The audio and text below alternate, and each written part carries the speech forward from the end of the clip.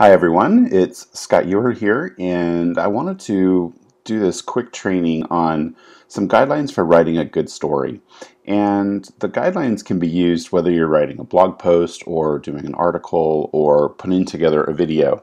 And it's really just a good way to think about your story before you put it out there.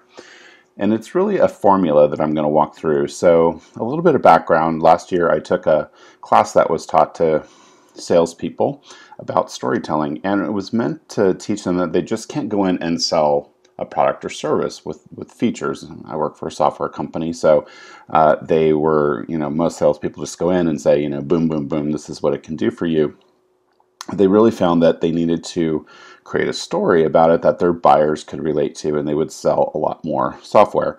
And it had to be a story that showed emotion and one that they could relate to. And the story needed to have structure, and so people could follow along logically in their mind. So this is what I learned about the basic structure of a good story that will engage your readers. And what I want you to do is use this outline as you construct your story. Make the points for each section as you craft the story, and it's going to help you build the story. And like I said, it applies to blogs, articles, videos, really wherever you tell a story. So the first part of the formula is just to make sure that you start with the point that you're going to make in your story. So this is where you're going to get to in the story. You need to make sure that you know where you're going to go, right? What is the end point that you're going to make?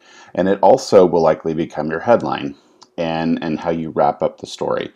And ultimately, what's your goal? What are you driving to? So that's the first thing that you need to think about. If you have a point or you want to teach something, you need to just make sure that that is your end goal and that the whole story is going to build to that.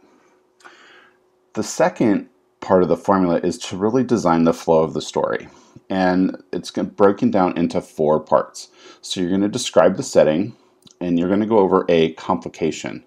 And then you're going to go over a turning point, or what we are familiar with as an aha moment, and the resolution, which really sort of brings together everything and wraps up the story. So the first piece is describing the setting. And that is the beginning of the story. So it is, the time, the location, if it's yourself or, sort of whatever was happening that describes the beginning of the story. And you're really, with this, setting up the journey that you're going to take the reader on, or, how it begins. The second piece of it is the complication. And this is how, the lives of the character, whether it's you or other people, get complicated as you face challenges and conflict. And this is where you really show any struggle or vulnerability, or what they call sort of owning up to your own shame. I mean, really just putting yourself out there and saying that this is where you get the listener to relate more to you. If you show emotion, admit that you were like them, you were vulnerable, you were wrong, or you made a bad decision with something. But that is where you really connect with the reader.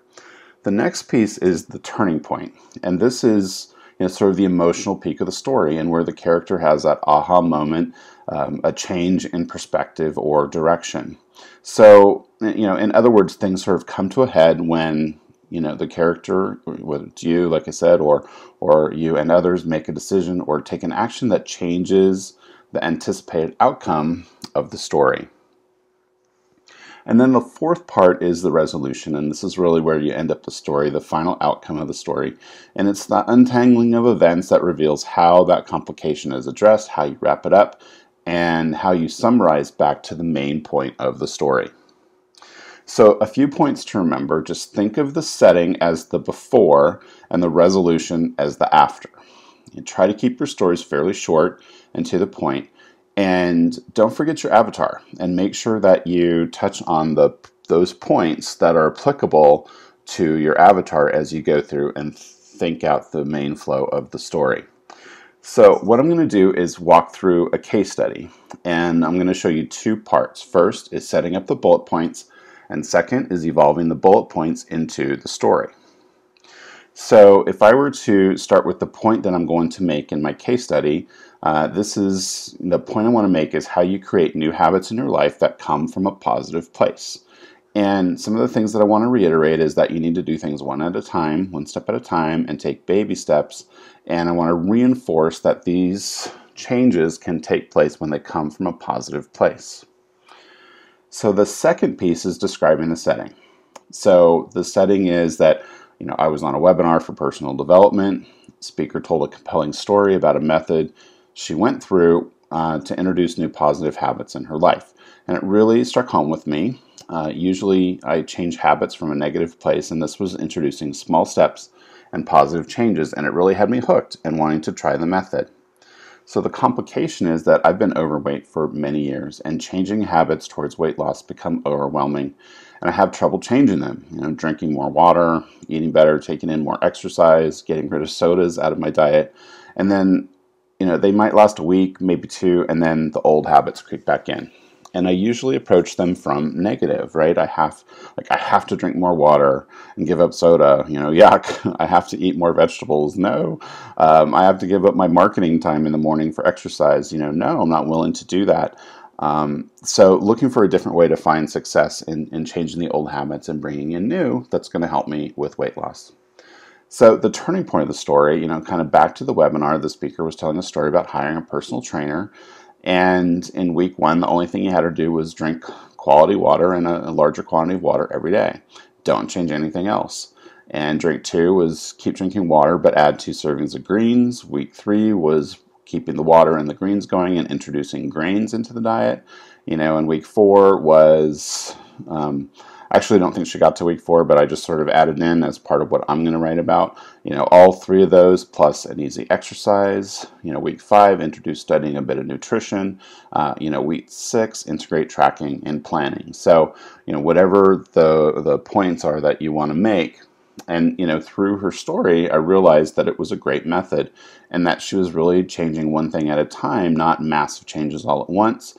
Because when you do too much, you feel overwhelmed, you feel defeated, and fall back into old patterns, and you've got to take baby steps to get to the new habits to stick. And new habits make the old habits go away. And then the resolution, the fourth part, is to implement a program to do one thing at a time. And this can be applicable for whatever you're writing about. It can be applicable for the weight loss or for learning something new or changing a bad habit that you have in your productivity, whatever it might be. Stay accountable to your baby steps and keep it positive. Have it not come from a negative place. Lay out 6-week goals for myself and don't force a bunch of changes. Remember that it takes 30 days to change a habit, and that will get you to your goal. And also reiterate the main point of the story is how I'm creating new habits in my life that come from a positive place. So now I want to just take you over to actually put this in with the sample bullet points. So this was just a Word document that I used, and I had the main point here, and I kind of just copied this from the PowerPoint. But if I were sitting down and writing a story, I would have these 5 main areas: the main point, the setting, the complication, the turning point, and the resolution. And then, just sort of brainstorm a little bit on your main bullet points, right? And just bullet point them. Don't try to write sentences or anything like that. Just what are the main points that you want to make in each area? So that way, what's going to happen is you're going to go in the next step and sort of turn those into the story. So the main point, 4 bullet points. I described the setting. These are what I just read through on the slide, so I won't go through them in detail. Back to the turning point, and then the resolution that I want to bring everybody and sort of close out the story. So that's really all that looks like. And then when you go to the next step, and that's just taking those bullet points and what I call sort of turning them into magic, right? Because as you take those bullet points, you start removing them and you turn it into a story, and all of a sudden, you have your story written. So I think it really helps for a lot of people who struggle with just sitting down and how do I write this story and how do I get my point across? And if you break it into those chunks and do the bullet points and then turn that into a story, sort of how you would speak to someone about what you're writing. You touch on the emotions, you emphasize the learning points, and then after you do that, read it out loud and how does it flow and how does it feel? And Try to put yourself in someone else's shoes. Maybe have somebody else read it. How does it feel to them? Is it compelling? And that's what's going to make a great story. So just to show you a sample of what that ended up looking like, when I come over here to my story, then I have my title. So this was my main point that I wanted to make. That became the title. So then I just sort of took those bullet points and I just turned them into a story. So I sort of took one bullet point at a time, and I added sentence structure around it, and I added a little bit of paragraph. So, kind of coming back from those bullet points, right? Where, on the personal development webinar, the speaker told a compelling story. It really struck home with me, changed habits from a negative place, introducing small steps, and it really had me hooked, trying to, wanting to try this method. So then my first paragraph is, this week I was on a training webinar for personal development through one of the awesome communities that I belong to. The speaker is telling a compelling story about a method she went through to introduce new positive habits into her life. And this method really struck home with me. By nature, I usually approach changing habits from a negative place, but her story was introducing small steps and changes that came from a very positive place. The story really had me hooked and wanting to try this method that she was describing. So with that paragraph, I'm really creating the setting. I'm going to go into next the complication, next the turning point, and then finally the resolution. So that first paragraph is setting it up. I was on the webinar, the speaker was telling a story. I usually do things from a negative place, but the story had me hooked and wanted to try the method. They don't know what the method is, right? You're just sort of setting the scene. So the next piece is is the complication, and that's where you expose your vulnerability and you try to relate to the emotion. So that's where I go into, that I had been overweight for many years and not changing or gaining much, but I wasn't really able to lose. And changing habits towards weight loss have become overwhelming. I have trouble changing them, things like drinking more water and eating better quality foods, taking in more exercise, and getting rid of sodas. When I try, the changes seem to last a week, maybe two, and back to the old habits. And I also tend to approach them from a negative perspective with words like, I have to drink more water and give up soda, yuck, right? So I added those in. So I've been looking for a different way to find success in changing old habits and bringing in new ones that will help me with weight loss and generally feeling healthier. So again, this complication here exposed, I'm admitting that I've been overweight. I'm admitting that I've been trying things and things don't work, back to old habits really quickly. And that I also approach things from a negative perspective. And so many people can relate to that, whether it's weight loss or changing any sort of habit. I'm relating to them with that complication. So the next piece is the turning point. So, sort of take them, so back to the webinar. And that's when I reveal what I set up in the beginning, that she was telling a story about hiring a personal trainer. And she showed up expecting him to give her a new nutrition plan, a new exercise regime like most trainers do. But his approach with her was different. In week one, the only thing he had her do was drink quality water and a bigger quantity of water every day. Don't change anything else in her diet, including cheeseburgers and Snickers, I think she said. So I added in just a little bit more as part of the storytelling, maybe a little bit of humor, right, as you're putting these bullet points. And remember that so back to the webinar, if you look at my bullet points, I said, what was the turning point? Back to the webinar. The speaker was telling a story. So I added these things in, but I made it more, flow more as part of a story. Week two, keep drinking the water and add 2 servings of greens per day. Putting the greens on the cheeseburgers if you need to. For week 3, keep the water, keep the greens, and introduce the grains. So, I sort of changed it a little bit here. I wrapped up with week 4, and it continued from there. Slowly, her habits were in a new, were in place, and the old ones were going away. So, I then said, through her story, this is my aha moment, I realized what a great method that was. He was introducing her to a new approach, trying to do one thing at a time, not massive changes all at once. If you try to change too much, you'll feel overwhelmed, defeated, and fall back into old patterns. And he was teaching her that you've got to take baby steps to get new habits to stick. And the new habits make the old habits go away. So then I come to my resolution where I wrap things up and I make sure that I go back to my main point. So I say, so the moral of my story is to implement a program to change a habit by doing just one thing at a time. Stay accountable to your baby steps and keep it positive, and you don't have to approach it from a negative place. Water is giving my body the nutrition it needs. That's what I should say, not I have to drink more water today. Damn it. Also, I'm going to lay out 6 weeks worth of small goals for myself to attain and work towards those one at a time and not force a bunch of changes all at once. And remember that it takes 30 days to change or implement a new habit, and that's what's going to get to your goal of creating new habits in your life that come from a positive place.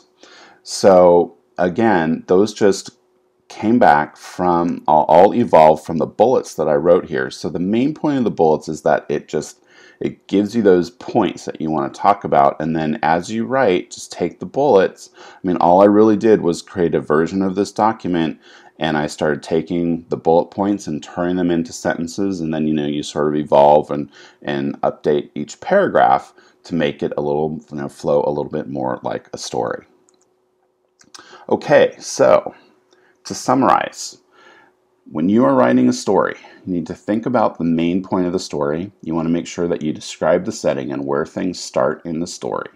You want to talk about the complication and make sure that that complication, reveals some sort of vulnerability or some sort of bad decision or something that people can relate to and shows them that, you are human like they are. What was the turning point? What was your aha moment? What resolution did you come to? Write things down for those sections in bullet points, and then you take those bullet points and, like I said, turn them into magic and turn them into your story. So I hope that this was helpful for you when you sit down and think about crafting stories. Thanks for watching. If you have any questions or need any help about storytelling, please don't hesitate to reach out to me. All right, thanks very much, and we'll talk to you next time. Bye-bye.